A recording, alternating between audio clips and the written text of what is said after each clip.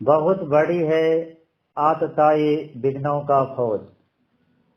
महर्षि पतंजलि के सूत्रों को यदि हृदयगम किया जाए तो जीवन अनायास ही नए सिर से गढ़ता चला जाता है। यथार्थ में ये सूत्र जीवन के परिमार्जन परिष्कार की तकनीकें हैं। कईयों ने इन्हें अपने जीवन के यौगिक रूपांतरण की विधियों के रूप में अनुभव किया है। महर्षि पतंजलि के सूत्र सत्य को परम पूज्य गुरुदेव ने इस युग में व्यावहारिक कुशलता दी है। गुरुदेव की साधना, इनके प्रायोगिक निष्कर्ष महर्षि के सूत्रों के बड़ी प्रभावपूर्ण व्याख्या करते हैं। इस व्याख्या साधकों को किसी नए विचार अथवा नए तर्क की ओर न ले जाकर सर्वथा नवीन अनुभूति तक ले जाती है।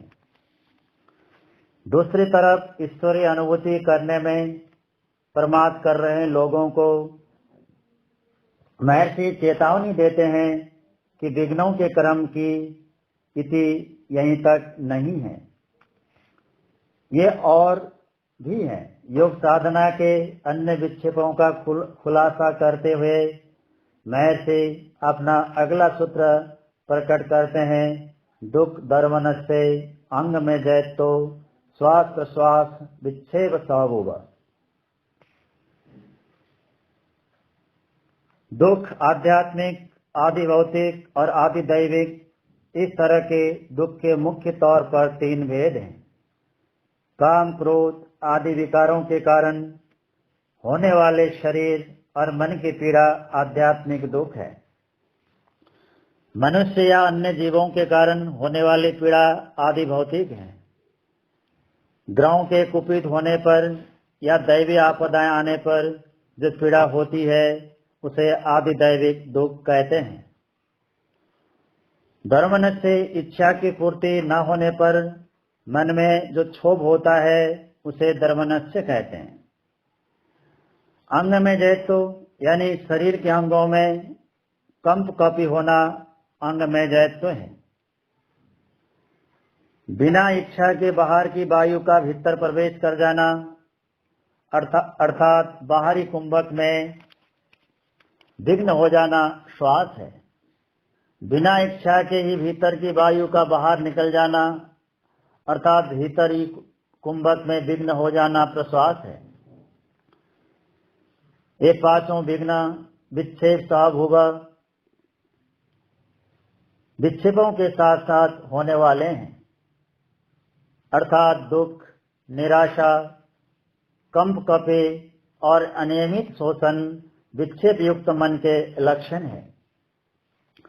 महर्षि सूत्र में अंतरयात्रा पथ के पथिक को चिंतन और अनुभव की गहराई में ले जाना चाहते हैं। इस सूत्र में वे इन पांच विघ्नों का स्वरूप बताते हुए वो कहते हैं कि ये विघ्न लक्षण है विक्षेप युक्त मन के। ध्यान रहे, लक्षण बीमारी नहीं होती, बस बीमारी का परिचय भर होता है। जैसे कि बुखार का लक्षण है शरीर का ताप बढ़ जाना, यानी कि यदि देह का ताप बढ़ा हुआ है तो बुखार हो सकता है। अब दूसरे क्रम में बुखार भी लक्षण हो सकता है किसी अन्य बीमारी का।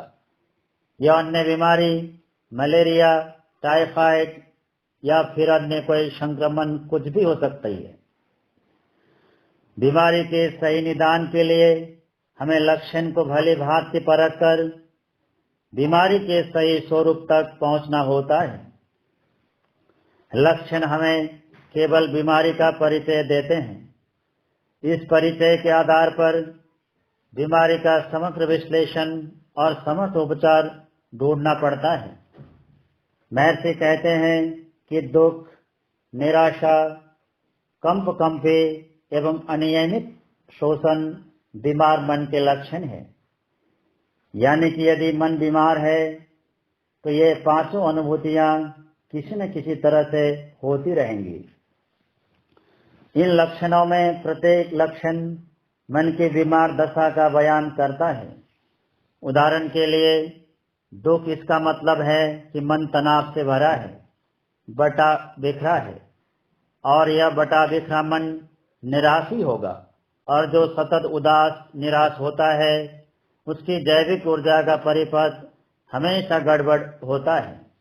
ऐसे व्यक्तियों के शरीर में बहने वाली जैव विद्युत कभी भी ठीक नहीं बहती और देह में एक शुष्क कंपी शुरू हो जाती है। और जब प्राण ही कंपायमान है तो भला श्वास नियमित कैसे होगा। अब यदि इन सभी लक्षणों को दूर करना है तो उपाय एक ही है कि मन स्वस्थ हो जाए, मन की बीमारी समाप्त हो जाए। इसके लिए उपाय एक ही है, मंत्र जप। मन यदि मंत्र के स्पर्श में आए अथवा मन में यदि मंत्र स्पंदित होने लगे तो समझो कि मन की बीमारी ज्यादा देर तक टिकने वाली नहीं है। परम पूज्य गुरुदेव अपने आध्यात्मिक गोष्ठियों में इस संबंध में बड़ी अद्भुत बात कहते थे। उनका कहना था कि बेटा, मंत्र मन का इंजेक्शन है। देह की चिकित्सा करने वाले चिकित्सक देह में इंजेक्शन लगाते हैं। इस इंजेक्शन की भी दो विधियां हैं।